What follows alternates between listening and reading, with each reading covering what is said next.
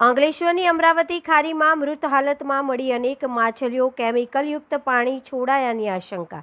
અંકલેશ્વર તાલુકાના નોગામાં ગામ પાસે આવેલી અમરાવતી ખાડીમાં કેમિકલયુક્ત પાણી છોડવામાં આવ્યાની આશંકા વચ્ચે મોટી સંખ્યામાં માછલીઓ મૃત હાલતમાં મળી આવી છે।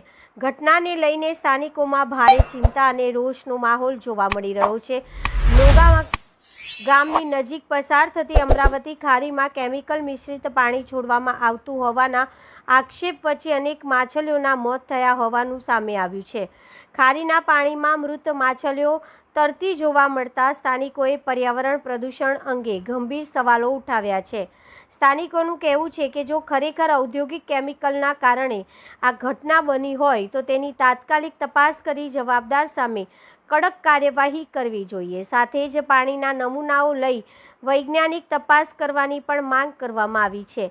હાલ માછલીઓના મોતનું ચોક્કસ કારણ સત્તાવાર રીતે જાહેર થયું નથી। તંત્ર દ્વારા તપાસ બાદ જ સાચું કારણ સ્પષ્ટ થશે। રિપોર્ટર મેહુલ પટેલ, ભરૂચ।